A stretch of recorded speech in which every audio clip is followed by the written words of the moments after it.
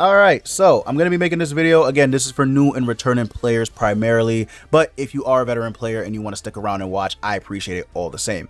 So I'm making this video because I actually did get a comment that asked if I could make a video on how to basically make a team in Grand Cross. And it might sound silly to people who know how to play the game, but honestly, it's going to be really helpful for people just starting because of the passive problem is what I'll call it. I'll probably make a video on that later on, but yeah, the passive problem, the issue that we have right now in Grand Cross is that some of the information it's just too much to digest. So I'm making this video for you guys. Hopefully you enjoy, but before I go into the video, I want to say be sure to leave a like and also subscribe to the channel if you haven't already. I would greatly appreciate it. I'm really reaching for 6,000 subscribers before the end of the year, and I would greatly appreciate it if you could help me out with that goal. So yeah, if you could just hit that subscribe button, it's free. And let's make this a like goal, 30 likes, guys. 30 likes for this video. Let's see if you can reach it. But yeah, without further ado, let's go ahead and let's dive right in. Okay guys, so we're here right now in the team builder thing, and I would honestly say making a team is not that hard. It's really not that hard, guys. What you really want to pay attention to on a character, we'll use Nemesis Melee. What you really want to pay attention to on a character is what they're restricted to. Normally it'll be in this gray with an asterisk, and it will tell you in their passive who they work with, and that should be what you base your team around with that character. All right, sometimes a character, because of how they updated the game and everything like that, there are times where it might be in blue text, so that's in gray. Okay, that's in gray. I don't know if I can pinpoint a character real fast. That Lancelot has this where it looks like this. So there are some characters with passive skills and the effects are in blue, little ugly. But yeah, we have a really big passive problem in Grand Cross right now. Anyway, I digress. So yeah, you want to make sure that you're really paying attention to what the characters are and build around that, right? That's primarily what you want to do. So yeah, when forming a team, you really just want to look at the passive skill. So for example, Meliodas, if all allies are participating in battle and he's not in assault mode, he'll gain Trillion Revenge. Then you have to read what Trillion Revenge does, and then based on that, you have assault mode there. If you have 2 or more applicable allies, when the hero has Trillion Revenge. So yeah, it starts to get a little bit wordy and it starts to get a little bit complicated. But since we know that Meliodas works with demons in 7 Deadly Sins only, we know we can't put him with giants, humans, fairies, goddesses, and unknowns unless they're in 7 Deadly Sins.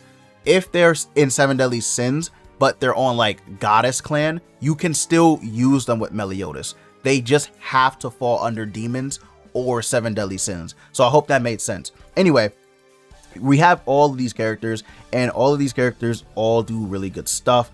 So for example, you want to make sure that you are looking at whether or not a character's passive skill can work in the back. The way you want to do that is you go to filter, and you can go to filter uniques, and then you can actually search in the actual filter itself. You can actually just search sub activation, and it will tell you which characters work in the back for what. The only thing is it won't separate it by race, so you kind of have to be on the lookout with that. But for demons and 7 Deadly Sins, well, we know that Estarossa is a demon, and we know that his passive skill works in the back. So let's throw Estarossa in the back right there. Now that fulfilled our sub slot unit. That's what we call them in Grand Cross.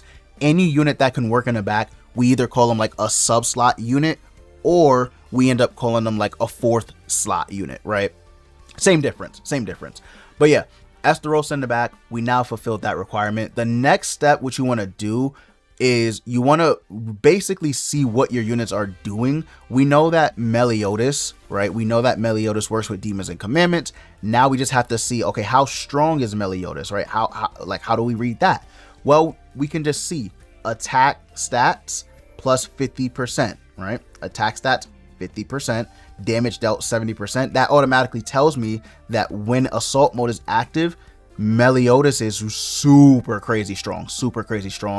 We also know that the Trillion Revenge does a lot of damage because it does 50% of additional damage taken, and then it also does 70% of your initial max HP as damage when you counter. So we can read that.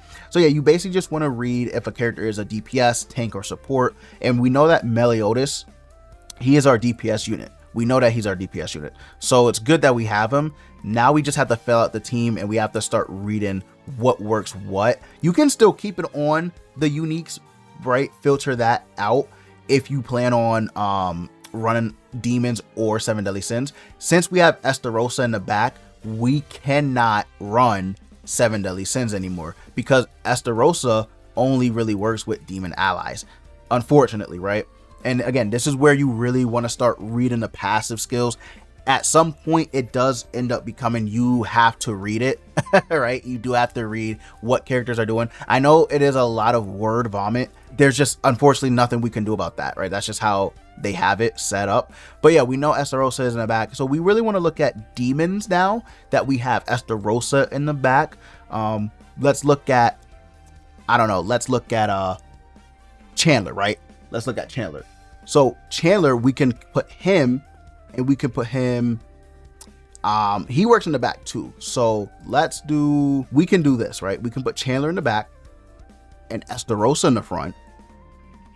And then we can find another option to fill out the team. So let's do, what do we want to do? We want a demon that works everywhere, right? We want a demon that works everywhere. So we put all content, and that'll tell us which demon works where. All right, sorry about that. My dog was barking. I don't know what he was barking about, but anyway, so we know that Cusack can work on everything, and we know from this right here, I should have shown this in the start, so I apologize, but we can see the unique display info, and this will actually tell us what passives work where, which is really nice. So let's go ahead and let's put Cusack right here.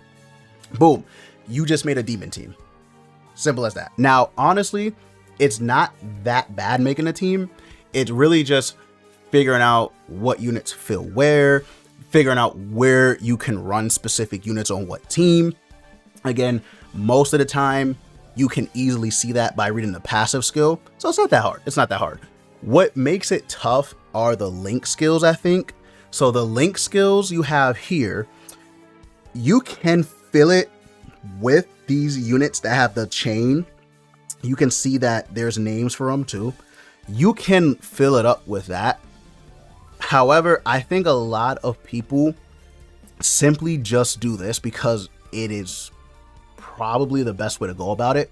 So when you obtain these units that have like link skills, so any goddesses with graces and any units with a unity effect, you are gonna prioritize them in the link slot no matter what. So again, any unit with any link skill, you are going to prioritize them no matter what. So that's really all you got to remember about the link slot. If you don't have a unit with a skill, just go for someone with high stats. If you can link them up and they have the chain and they have high stats, do that. So for example, for Estarossa, he has Bond and Zeldris. I mean, okay, we'll go with Cusack, I guess. So Cusack, he has Zeldris too, whatever. So we put Zeldris here because he has the chain. So he is actually going to get more, like something special because he has a link with him. So he gets plus 12% lifesteal, which is actually pretty good. So yeah, if you do that, let's say we put Zeldris here. Now he has the link chain. We can see he's linked up. They get that special effect. You want to make sure that whoever you link with that character has gear or has some type of something on them, so that way the stat gain that you get is actually bigger than nothing, right? So you want to make sure that the stat gain that you get is big by giving these link units equipment as well. So yeah, that's pretty much all you really want to remember about the team building aspect. I mean, again, it does get a little bit more complicated as you get further in the game. So like a couple of modes only allow you to use specific colors, like the hell I think it's the hell version of all the demons. You can only use the specific color that they're weak against on that stage. So yeah, it gets a little bit more complicated once you start really getting into the game. I wouldn't really focus too much if you're having trouble team building. I wouldn't really focus too much on you know, super in-game content or hard content just yet until you master the team building, you know, skill or whatever. I wouldn't jump into anything super hard. Again, it's not tough to understand, and again, it helps when you preset teams. Like, you can make demon, human, fairy, giant, unknown, goddess. That's what I would do for anyone struggling with team building. I would just make in your team, like team tab, I would just make the races, right? The teams. And then I would just build like that and practice building by reading the passives. It's a lot. I'm not going to lie. There's a lot of information. So take your time, just digest the information that you get, and really pay attention to what the units do, and you should be okay. But guys, I'm gonna wrap up there. I know this video was all over the place. The recording kind of sucked. I apologize. My dog was barking like crazy. I was out of breath because I ran all the way downstairs. I'm on the 3rd floor, so yeah, it's just a hot mess. So yeah, anyway guys, hopefully this helped you out here with this little guide I made. I love you all. Let me know in the comment section, did it help, did it not? But yeah, hopefully you have a beautiful and blessed rest of your day.